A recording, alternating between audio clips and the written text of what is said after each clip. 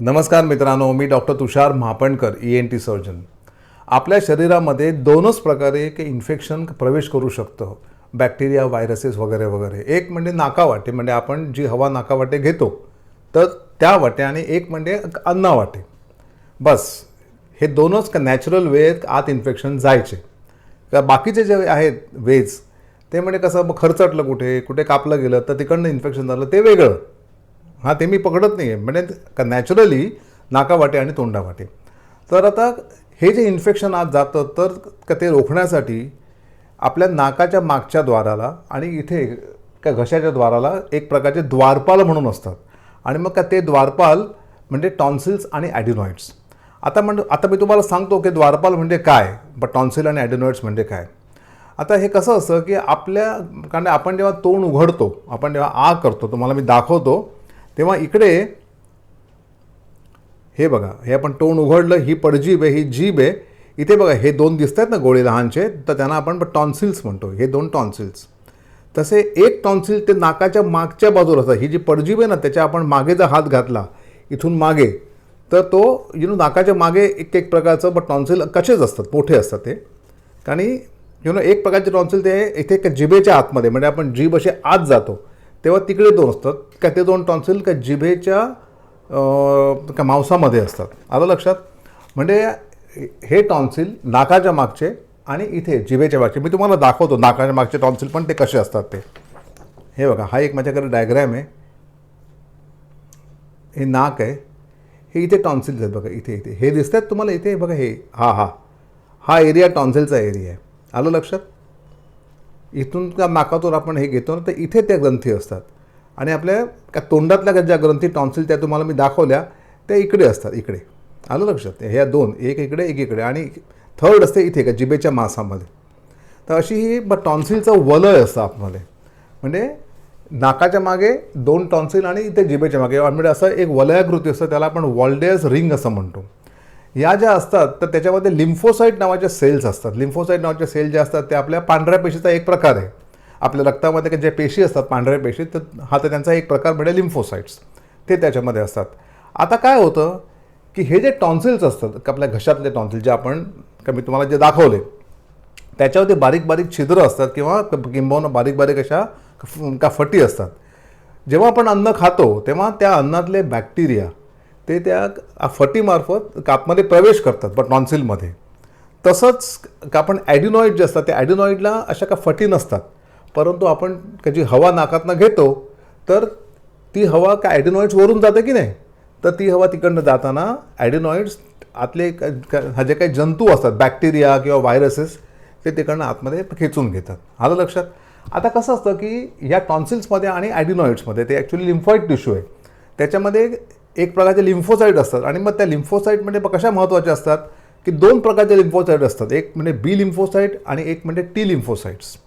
आता तुम्हाला मी सांगतो की आतमध्ये त्या जंतूंनी प्रवेश केला टॉन्सिल्समध्ये इकडच्या, की ते प्रवेश केल्या ते टॉन्सिल जे असतात त्यातल्या बी लिम्फोसाईट्स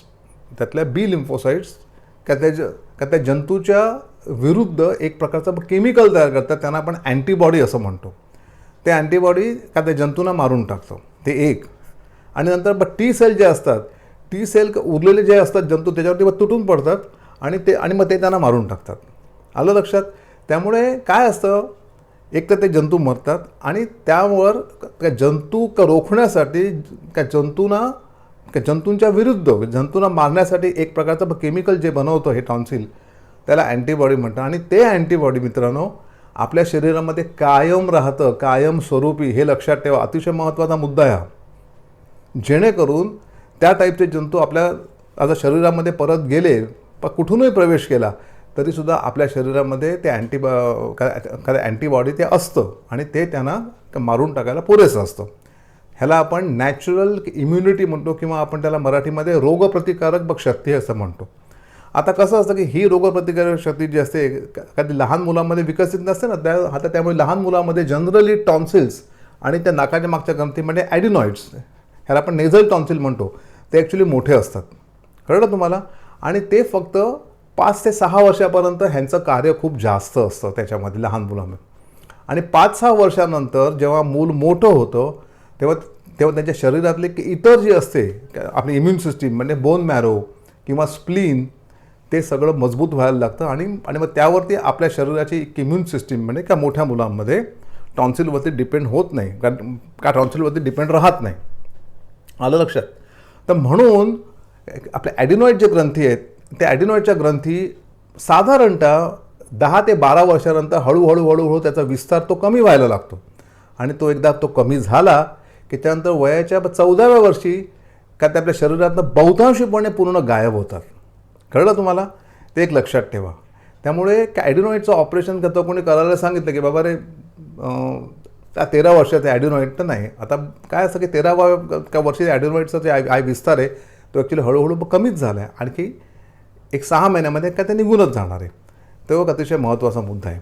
आता टॉन्सिलचं ऑपरेशन केव्हा करावं? पहिली गोष्ट म्हणजे टॉन्सिल किंवा ॲडिनॉइड्स वयाच्या 5 वर्षाच्या अगोदर कधीही करू नये, कारण मी तुम्हाला सांगितल्याप्रमाणे की त्यांचं जे कार्य असं रोगप्रतिकारक शक्तीचं ते ॲक्च्युली प्रमुख कार्य असतं लहान मुलामध्ये. त्या म्हणून जनरली वयाच्या 5 वर्षाच्या खाली ऑपरेशन करू नये अनलेस काहीतरी अतिशय आपलं इंडिकेशन असलं तरच.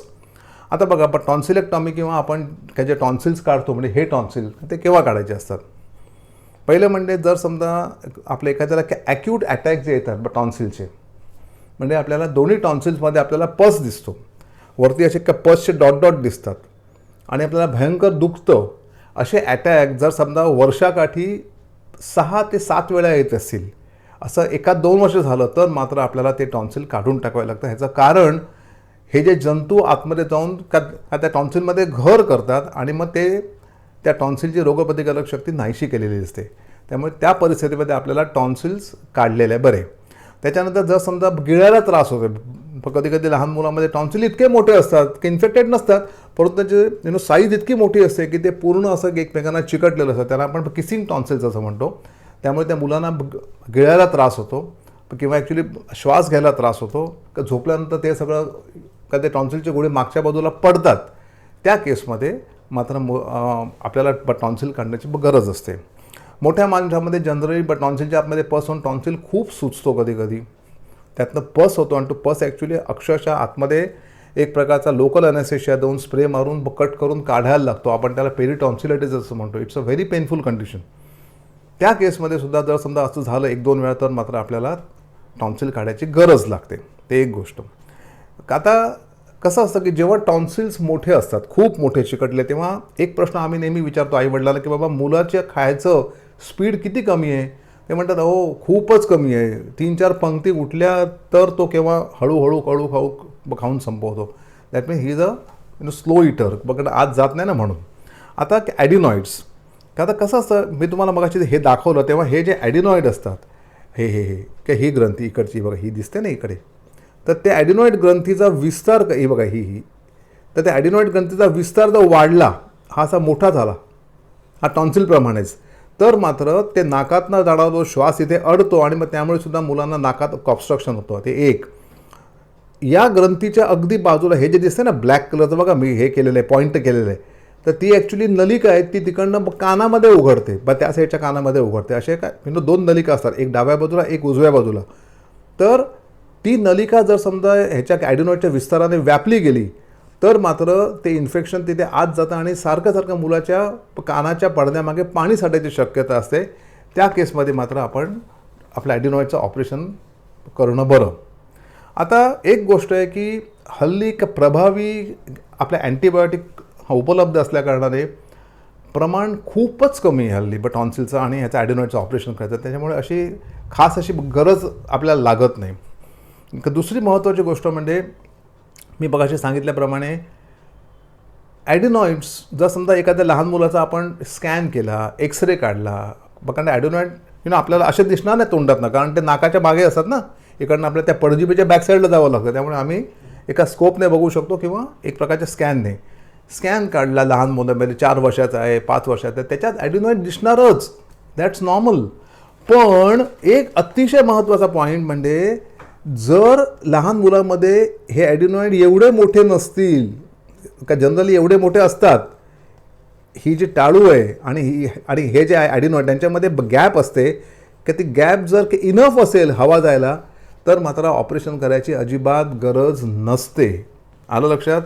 जर ती गॅप अगदी नॅरो झालेली असेल तरच ऑपरेशन करायची गरज असते. तरी पण it should never be ever be done before the age of 5 years. लक्षात ठेवा. आता बऱ्याच वेळा मुलांना सर्दी होते किंवा मोठ्यांना सर्दी होते, त्यामुळे ती सर्दी नाकाच्या मागून ती घशामध्ये उतरते, शेंबूड. तर आता मग तो शेंबूड उतरल्यामुळे नेहमी का जो घसा दुखतो ना, तो घसा हा दुखतो, हा बघा, हा मागचा, टॉन्सिल नव्हे हे. आता ते लोक येऊन काय सांगतात आम्हाला, हा की डॉक्टर माझे पण टॉन्सिल दुखत आहेत. नाही, प्रत्येक घसादुखी म्हणजे टॉन्सिल नव्हे. टॉन्सिल म्हणजे फक्त हेच सुजणार, हे नसतात, हे बरोबर असतं, हेच फक्त सुजून त्याच्यावरती बारीक बारीक अशा पसचे डॉट्स तुम्हाला दिसणार. आलं लक्षात? त्यामुळे प्रत्येक घसादुखी म्हणजे टॉन्सिल नव्हे. म्हणून बी केअरफुल. जर समजा कोणी तुम्हाला सल्ला दिला की बाबा आहे टॉन्सिल ऑपरेशन करणं हे ते वगैरे, तर ते आता मी जे सांगितलेलं आहे तुम्हाला का ते सगळं नीट पडताळून बघा.